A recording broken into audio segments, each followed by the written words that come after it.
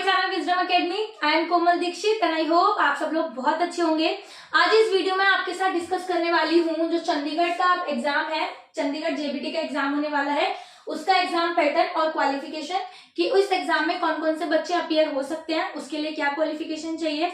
Exam date जो है, जो फॉर्म भरने की डेट है वो आगे बढ़ चुकी है, तो जिन भी बच्चों ने फॉर्म नहीं भरा है वो प्लीज फॉर्म भर दे, क्योंकि नहीं पता वैकेंसी आगे कब कहाँ कितनी निकले। अगर आप लोग DSSB के भरोसे बैठे हो तो थोड़ा सा टाइम उसमें लगेगा भी, और सेकंड थिंग आपको वैकेंसीज भी बहुत बड़ी मात्रा में देखने को नहीं मिलेगी।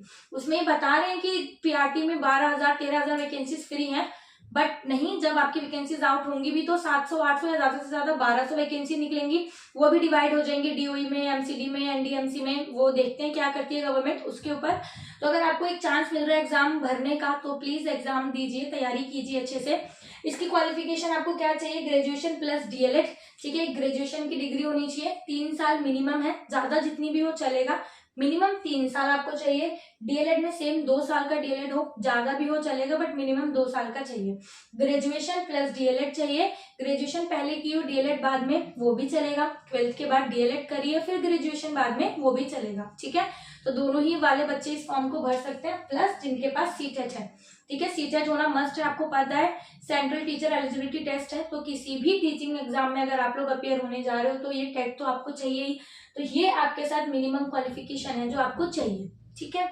एक चौथी चीज है जिसमें कंप्यूटर का सर्टिफिकेट मांग रहे हैं। कंप्यूटर में क्या हो, आपको कोई भी डिप्लोमा हो, सर्टिफिकेट हो, ICT में कोई भी हो जिसमें आपने 80 घंटे की कोई भी क्लास ले रखी हो, 80 आवर्स मीन्स आपने पढ़ा हो, तो ये कोई भी 1-2 साल का जो डिप्लोमा होता है, 1-2 साल का कोर्स होता है कंप्यूटर में, वो भी बनवा लोगे सर्टिफिकेट तो चलेगा। तो बहुत सारे बच्चे इसकी वजह से फॉर्म नहीं भर रहे हैं। तो देखो इसमें ना अभी आपको टाइम है, अगर आपके पास graduation plus DLED plus CTET है तो प्लीज आप इस फॉर्म को भर दो, क्योंकि कंप्यूटर कोर्स तो आप बाद में भी कर सकते हो या अपना सर्टिफिकेट बनवा सकते हो, क्योंकि अभी एग्जाम होगा, रिजल्ट आएगा, ज्वाइनिंग होगी, डॉक्यूमेंट वेरिफिकेशन होगा, एक अच्छा खासा टाइम पीरियड आपको मिल जाएगा आपके कोर्स के लिए, सर्टिफिकेट के लिए। तो अगर जिनके पास नहीं भी है तो भी आप भर दो फॉर्म, ये चीजें बाद में बनती रहेंगी। इसकी अच्छी वजह से जो हमें अपॉर्चुनिटी मिली है वो हमारे हाथ से नहीं जानी चाहिए। तो अगर आप लोग ये जो क्वालिफिकेशन क्राइटेरिया अगर आप फुलफिल कर रहे हो तो इस एग्जाम फॉर्म को भर दो, ठीक है। पहले जो चंडीगढ़ का एग्जाम पैटर्न है वो 100 मार्क्स का आता था, इस बार से चेंज हो चुका है, आपको पता है। इस बार पेपर है 150 मार्क्स का। सेकंड चीज, पेपर जो है आपका ऑफलाइन होगा, OMR शीट जो होती है वो, और टोटल मैक्सिमम मार्क्स है आपका 150, और क्वालिफाई है 40%। 40% मतलब देखो 150 का 40% कितना होता है, 60। यानी कि जब आप पेपर में 150 में से 60 मार्क्स लाओगे तो आपका पेपर चेक होगा, अदरवाइज आपका पेपर वहीं रिजेक्ट हो जाएगा, पेपर चेक ही नहीं होगा, ठीक है। इसके बाद आपकी नेगेटिव मार्किंग 1/4 की, 4 क्वेश्चन गलत करने पर आपका 1 मार्क्स जो है वो कट जाएगा, कि आपको पता है 1/4 नेगेटिव मार्किंग है, तो थोड़ा सा ध्यान से करना है, ठीक है। और ये जो चंडीगढ़ का जो पेपर है नया पैटर्न पर पहली बार हो रहा है, तो इतना ज्यादा टफ लेवल का पेपर नहीं आएगा, इजी टू मॉडरेट ही रहने वाला है, जिस वजह से कट ऑफ भी हाई जाएगी, ठीक है। अगर एक बच्चा ने देखो प्रिपरेशन कर रहा है, बहुत अच्छे से तैयारी कर रहा है, एक एवरेज स्टूडेंट है और एक बिलो एवरेज है, तो सब आपस में कोशिश करते हैं कि वो अच्छे से अच्छा करें। तो अगर एक नॉर्मल पेपर आएगा तो उसमें सब कर पाएंगे, लेकिन नंबर उन बच्चे का आएगा जिन्होंने हाई लेवल की तैयारी करी होगी, हाई कंपटीशन, मतलब कि हिंदी में भी डीप हिंदी, इंग्लिश में भी डीप इंग्लिश, तो वो बच्चा सिलेक्ट होकर जाएगा, क्योंकि उसके मार्क्स ही इतने बनेंगे, 150 में से 130 135 है ना। और एक एवरेज बच्चा कितना स्कोर करेगा 150 में से, 110 115, तो यहाँ पे थोड़ा सा मार्क्स का डिफरेंस आ जाएगा। पेपर भले ही आसान होने वाला है, बट आपको तैयारी इस तरीके से करनी है कि आप जितने भी जो आपके सब डिवीजन हो रहे हैं इन सब्जेक्ट्स के, आप उसमें पूरे पूरे मार्क्स ले पाओ। अगर आपको कट ऑफ में आना है तो तैयारी भी आपकी बहुत अच्छी होनी चाहिए। अब जैसे नॉर्मल है हिंदी 10 नंबर की, तो सब कहेंगे हिंदी तो मैं कर लूंगा, पर मान लो 10 में से 8 नंबर बन रहे हैं और कोई बच्चा लेके जाएगा 10 में से 10 जिसने पूरी तरीके से हिंदी पढ़ी हुई है, तो हमें ऐसे तैयारी करनी है कि हम हिंदी में 10 में से 10 लाएं, जो सेक्शन हमारे अच्छे हैं हम उनमें पूरा पूरा स्कोर करने की कोशिश करें, ठीक है। तो सबसे पहले हमारी हिंदी 10 नंबर की, ठीक है, और इसमें हिंदी ऐसी नहीं आएगी, मतलब मुहावरे भी आएंगे, मतलब मेरा कहने का मतलब है ग्रामर भी पूछी जाएगी, और जो आपकी हिंदी होती है ना, हिंदी का इतिहास, जैसे कि हिंदी किस लिपि से बनी है, हिंदी की लिपि क्या है, या फिर जैसे अपभ्रंश, संस्कृत, ब्राह्मी लिपि, प्राकृत लिपि ऐसे आई है। इस तरीके से कुछ इतिहास के क्वेश्चन भी आएंगे। फिर ये दंतोष्ठ्य क्या होते हैं, सघोष, अघोष, महाप्राण, अल्पप्राण, ये सारे क्वेश्चन इस तरीके से प्रिपेयर करना है। सिर्फ ग्रामर नहीं करनी, ये चीजें भी इसमें आपको इंक्लूड करके करनी है हिंदी में, ठीक है। तो अगर आपने DSSB के लिए प्रिपेयर करा होगा, KVS के लिए प्रिपेयर करा होगा, तो वो हिंदी आपके यहाँ पे काम आ सकती है, ठीक है। वो आप हिंदी यहाँ पे यूज कर सकते हो। सेम चीज है आपकी इंग्लिश के साथ, ठीक है। इंग्लिश भी कोई बहुत बड़े लेवल की नहीं आएगी, लैंग्वेज का लेवल थोड़ा सा ठीक ही रखा जाता है, ताकि क्योंकि लैंग्वेज एक बेसिक चीज है कम्युनिकेट करने के लिए ना। चाहिए आप बिहार के एग्जाम में भी आपने देखा होगा कि लैंग्वेज का पोर्शन कितना ईजी था, जबकि जो मेन पेपर था वो PCS लेवल का था। तो इसी तरीके से इंग्लिश भी बहुत ज्यादा बड़ी नहीं आएगी। जैसे जिन बच्चों को बहुत इंग्लिश का हवा होता है तो इतना बड़ा नहीं है, अगर नॉर्मल हिंदी अपनी प्रिपेयर करोगे तो वो हो जाएगा, ठीक है। इसके बाद है पंजाबी। तो जो पंजाब में नहीं रहते उन बच्चों को पंजाबी नहीं आती होगी, बट पंजाबी सिर्फ 10 नंबर की है और आप बहुत इजीली कर सकते हो। और दिल्ली में ऐसे बहुत सारे स्कूल हैं जो सिख समुदाय या जो सिख कम्युनिटी के ऊपर बने हुए हैं, तो उनमें पंजाबी कंपलसरी होती है। जैसे मैं जिस स्कूल से पढ़ी हुई हूँ ना, उसमें पंजाबी कंपलसरी थी, तो 9th और 10th में मैंने भी पंजाबी पढ़ी हुई है। तो अगर इतनी मुश्किल नहीं है, जैसे संस्कृत है ना, संस्कृत से बहुत आसान है पंजाबी। वैसे अगर आप चाहो पंजाबी पे एफर्ट्स डालना तो आप डाल सकते हो, क्योंकि बहुत सारे बच्चे तो सोच के बैठे हैं कि 10 नंबर की पंजाबी है, 10 नंबर को छोड़ के हम बाकियों पे एफर्ट्स करेंगे। अगर आपको पंजाबी पढ़नी है तो देखो बिल्कुल भी टफ नहीं है। जैसे हिंदी का आ से लेकर ज्ञा तक है, ऐसी पंजाबी का है, ठीक है। उसको एक बार पढ़ लो, अगर आपको याद हो जाए जैसे किसको क्या कहते हैं। जैसे आ है, आ को पंजाबी में हम कुछ इस तरीके से लिखेंगे। अगर आपको ये भी पता हो गया ना, तो भी आप 4-5 नंबर बहुत आराम से स्कोर कर लोगे, क्योंकि नॉर्मल यही हिंदी के क्वेश्चन ही बने होंगे पंजाबी में। जैसे हमारी हिंदी है वैसे ही उसके क्वेश्चन बनेंगे पंजाबी में ही, बट आपको आंसर करना होगा। अगर आपको पढ़ना आता होगा ना तो आप कर लोगे।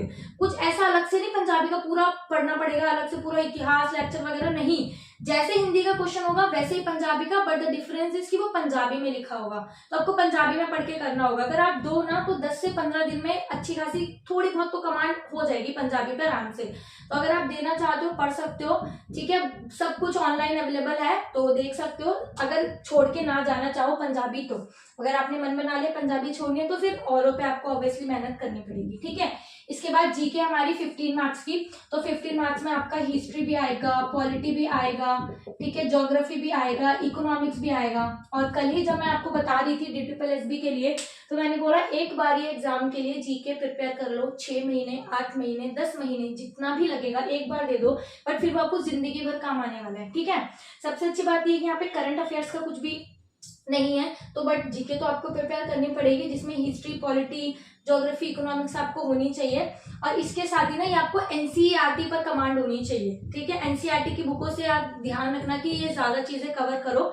बाकी KVS का एग्जाम आप लोगों ने दिया ही होगा, तो उसमें आपने NCERT पढ़ी होगी, है ना। तो आप लोगों को ट्राई करना है कि उसमें से ज्यादा कंटेंट उठाओ। जीके वहां से प्रिपेयर करना है आपको। और रीजनिंग है आपकी 15 मार्क्स की, और ये 15 नंबर तो ऐसे हैं कि हर बच्चा 15 में से 15 ले सकता है, बट उसको एक बार सारे टॉपिक्स पर बहुत मेहनत करने की जरूरत है। चाहे वो डाइस हो, कैलेंडर हो, या जो भी रीजनिंग के टॉपिक हैं, चाहे वो सीरीज हो, जिस भी तरीके से एक बार हर प्रीवियस ईयर क्वेश्चंस लगा लो, और किस एक टॉपिक में कितने से कितने मैक्सिमम क्वेश्चन बन सकते हैं एक बार वो कर लो। अगर आपने एक बार वो कर लिया तो आपके हर एग्जाम में वो काम आएगा, सिर्फ चंडीगढ़ JBT में नहीं, हर एक एग्जाम में। अब जैसे कुछ सब्जेक्ट पेडागोजी होती है, नाइवेस हो गया, या जो साइकोलॉजी का 100 नंबर का पार्ट होता है, वो ना हमें बार बार पढ़ना पड़ता है। लेकिन रीजनिंग है, मैथ्स है, जीके है, हिंदी है, इंग्लिश है, अगर हमने एक बार प्रिपेयर कर लिया तो वो हमारी जिंदगी भर काम आती है। तो सेम चीज वही करनी है आपको। रीजनिंग इस तरीके से कर लो, और वैसे भी आप लोगों ने करी होगी KVS, DSSB, बिहार वाले के टाइम पे, कि आपकी प्रिपरेशन होगी, तो उसी को रिवाइज करते हुए आगे बढ़ा के बिल्कुल स्ट्रॉन्ग कर लेना। मैथ्स आएगी आपकी 15 मार्क्स की, और एक कॉम्पिटिशन वाली मैथ है, ठीक है। इसमें जो KVS में आए थे मैथ्स के क्वेश्चन वो मत समझना, वो आएंगे नहीं। कंपटीशन वाली मैथ्स आएगी, जो अच्छा खासा क्वांटिटिव एप्टीट्यूड होता है मैथ्स का, वो जिसमें वही समय अंचाल, ट्रेन वाला, वॉल्यूम वाला, एरिया वाला, जो सारे हमारे होते हैं वो आएगा, और अच्छा खासा लेवल रहेगा इन मैथ्स के क्वेश्चंस का। तो प्लीज अच्छे से प्रिपेयर करो। DSSB के लिए जो आपने बुक्स ली हो या आपके पास हो उसमें से कर सकते हो। चंडीगढ़ वाले JBT के लिए अलग से बुक लेने की जरूरत नहीं है। प्रीवियस ईयर क्वेश्चन लगाओ DSSB के, क्योंकि काफी अच्छा लेवल था इस बार DSSB के क्वेश्चंस का, तो आपकी बहुत अच्छी प्रैक्टिस हो जाएगी। बाकी चंडीगढ़ का जेबीटी के जो भी प्रीवियस ईयर के 3 पेपर हैं 2015 से, वो सारे आपको करने हैं, ठीक है। और ये मैक्सिमम मार्क्स ये सब हमने डिस्कस कर लिया। इसके बाद आईसीटी एंड कंप्यूटर है आपका 15 मार्क्स का, ठीक है। कंप्यूटर तो छोड़ना ही नहीं है। अभी भी आपने देखा होगा 5 नंबर का था केवीएस में, तो मोस्ट ऑफ द बच्चों ने शायद आईसीटी एंड कंप्यूटर अभी तक प्रिपेयर नहीं करा होगा, तो कंप्यूटर पे बहुत ध्यान देने की जरूरत है। क्योंकि देखो ये तो सारे बच्चे कर लेंगे, पंजाबी को छोड़ के सारे बच्चे करेंगे और पूरा हाथ पैर भी मारेंगे, बट कंप्यूटर मोस्टली अभी तक बच्चों ने ना करा नहीं होगा किसी भी एग्जाम के लिए 15 नंबर का। तो इस पे जो मार्क्स का बनने वाला है ना, इस पर बहुत फर्क पड़ेगा 15 नंबर का। तो कंप्यूटर अब बिल्कुल छोड़ के मत जाना, अच्छे से पढ़ो, ठीक है, बिल्कुल भी छोड़ना नहीं है। और तुक्के लगा के आते हैं कंप्यूटर में, तो वो भी देखो नेगेटिव मार्किंग है, उससे भी कुछ नहीं होने वाला। आईसीटी एंड कंप्यूटर आपको अच्छे से पढ़ना ही पड़ेगा। ये जो आईसीटी हमारी इंफॉर्मेशन एंड कम्युनिकेशन टेक्नोलॉजी, इसके भी काफी सारे पार्ट है, एनालॉग डिनालॉग, वो भी जो सारे आप पढ़ोगे डिलॉग, सब समझ में आ जाएगा। और कंप्यूटर अलग से ही पूरा है, जिसमें कंप्यूटर की सारे बताए गए हैं, एप्लीकेशन सॉफ्टवेयर क्या होता है, ऑपरेटिंग सॉफ्टवेयर क्या होता है, सिस्टम सॉफ्टवेयर क्या होते हैं, बहुत तरीके का भी बहुत ज्यादा डिटेल है। बट 15 नंबर है तो हमें पढ़ना पड़ेगा, ठीक है। फिर हमारी स्कूल मैथ्स 15 मार्क्स की, स्कूल का मतलब जो भी पढ़ाई जाती है ना स्कूलों में, तो इसके लिए आपको एनसीईआरटी ही करनी है, ठीक है। एनसीईआरटी के जो मैथ्स के क्वेश्चंस हैं आप वो लगा सकते हो इसके लिए। तो ये जो 15 नंबर है आपके, ये सारे, ये जो नीचे के पार्ट है ना 45 मार्क्स, ये आपके एनसीईआरटी में से आने वाले हैं। तो बेसिक मैथ्स में हो सकता है कि इसमें आपसे मैथ्स में पेडागोजी भी पूछ ले कि आप बच्चों को किस तरीके से पढ़ाना चाहोगे, अगर आपको हम फ्रैक्शन पढ़ाने के लिए दें कौन सी विधि अपनाओगे किस तरीके से, तो ये वो 15 नंबर भी हो सकते हैं। या फिर इजीली आपको पावर्स निकालने के लिए दे दें, या जो 5th तक, ठीक है। इन सबका लेवल वैसे 10th तक का रहने वाला है, इन सबका 10th तक का रहने वाला है, बट ये जो चीजें आपकी एनसीईआरटी में से पूछी जाएंगी। और जरूरी नहीं है जनरल साइंस और सोशल साइंस आपकी 5th तक हो, नहीं, ये सारा बेस आपको 10th तक का अपना तैयार करके जाना है। तो इसकी स्कूल मैथ्स आएगी आपकी 15 मार्क्स की, तो ये इन लेवल से थोड़ी सी हल्की हो सकती है। हो सकता है एनसीईआरटी में से डायरेक्ट क्वेश्चन दे दें, देखने के लिए कि टीचर करवा पा रहा है या कर पा रहा है या नहीं, क्योंकि वुड बी टीचर्स तो आप लोग ही होंगे, है ना। तो सेम इसी तरीके से जनरल साइंस है आपकी 15 मार्क्स की। 6, 7, 8, 9, 10 बहुत इंपॉर्टेंट है पेपर, किसी भी पेपर के पॉइंट ऑफ व्यू से, ठीक है। जब हम 6, 7 की मैथ्स पढ़ते हैं ना, साइंस पढ़ते हैं, ऐसा लगता है क्या बता रहे हैं, सरजीव भी होते हैं निर्जीव भी होते हैं, अरे ये तो हमें पता है, लेकिन उसी में से ना क्वेश्चन जब घूम करके आते हैं ना, तो उसको करने में प्रॉब्लम हो जाती है। अब जैसे कि अभी विटामिन बी का नाम क्या है, विटामिन डी का नाम क्या है, जबकि ये सारे क्वेश्चन हमारी एनसीईआरटी में छुपे हुए हैं। जो लुई पास्चर थे, उन्होंने टीकाकरण की खोज की थी, कब की थी, रॉबर्ट हुक ने 1665 में कोशिका की खोज करी है। तो यही क्वेश्चन एक एक नंबर में आ जाते हैं, और जबकि स्पेशली छुपे हुए होते हैं डू यू नो में, क्या आप जानते हैं करके इस तरीके से बॉक्स बने होते हैं, तो वो बहुत इंपॉर्टेंट है करने, ठीक है। वहां से हमारे जनरल साइंस के क्वेश्चन आते हैं, जो कि अभी केवीएस में मैंने थोड़ा सा ऑब्जर्व करा था, ईवीएस के पार्ट में स्पेशली। तो इस तरीके से प्रिपेयर करना है, छोड़ना नहीं है, और एनसीईआरटी को मीडियम बनाओ इन चीजों के लिए।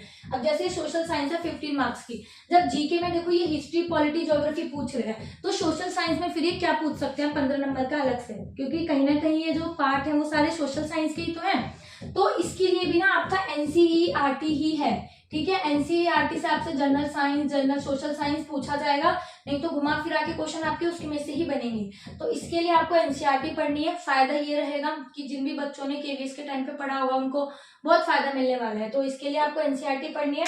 और ये टीचिंग एप्टीट्यूड आएगा 15 मार्क्स का, ठीक है। देखो टीचिंग एप्टीट्यूड को सबको क्या लगता है, साइकोलॉजी 15 नंबर की, साइकोलॉजी है 15 नंबर की, नहीं, टीचिंग एप्टीट्यूड इससे ज्यादा है। साइकोलॉजी तो इसमें इंक्लूड है ही, बट इसमें टीचिंग एप्टीट्यूड में साइकोलॉजी के साथ साथ टीचिंग मैथोलॉजी आती है, टीचिंग एप्टीट्यूड आता है। अब तक टीचिंग से रिलेटेड जितने भी आर्टिकल्स आए हैं, जितने भी कमीशन बने हैं, सारी चीजें इसमें आ जाती हैं। साइकोलॉजी तो बस एक टीचिंग एप्टीट्यूड का एक पार्ट है, इसके अंदर पेडागोजी भी आएगी, टीचिंग मैथोलॉजी भी आएगी, टीचिंग एप्टीट्यूड भी आते हैं। तो इसमें आपसे साइकोलॉजी से भी क्वेश्चन पूछ सकते हैं, नो डाउट। जो फेमस राइटर्स हैं, बुकें हैं जो साइकोलॉजी पे लिखी हुई हैं, वो भी आ सकती हैं। लर्निंग थ्योरीज, मोटिवेशन, ये सब साइकोलॉजी में आ गया। इसके साथ ही जो कमीशन बने हैं, जो अभी तक हमारे एजुकेशन कमीशन आए हैं, एनएपीज आई हैं, जितनी भी पॉलिसीज आई हैं, वो भी आ सकता है। एजुकेशन से रिलेटेड जो भी आर्टिकल्स हैं, जो भी संविधान संशोधन हुए हैं, वो सब आ सकते हैं।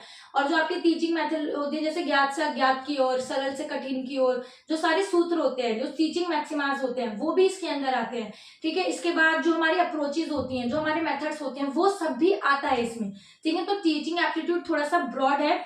और बाकी इसमें पेडागोजी से रिलेटेड ज्यादा क्वेश्चन पूछे जाएंगे कि अगर कोई बच्चा किसी तकलीफ में है तो आप इसमें क्या करोगे, ठीक है। टीचिंग एप्टीट्यूड का मतलब यही है कि टीचिंग अभिरुचि की, अगर आप पढ़ाने जा रहे हो तो आपका कितना ध्यान है बच्चे की तरफ या क्या एफर्ट्स है, ठीक है। तो ये है आपका 15 मार्क्स का। सो ओवरऑल ये आपका 150 नंबर का है। तो इसमें काफी सारी चीजें आपको पढ़नी है, पर इसके लिए आई विल सजेस्ट कि सीटेट के जो पेडागोजी वाले क्वेश्चंस आते हैं ना, वो ज्यादा से ज्यादा लगाना। प्रीवियस ईयर क्वेश्चंस बहुत हेल्प करेंगे आपको हर एक चीज के लिए, ठीक है। तो ये चंडीगढ़ जेबीटी का एग्जाम पैटर्न है। इसके अलावा भी अगर आपको कोई डाउट है या किसी भी चीज के लिए कोई बुक रेफर करवानी है या कुछ भी, तो वो आप पूछ सकते हो।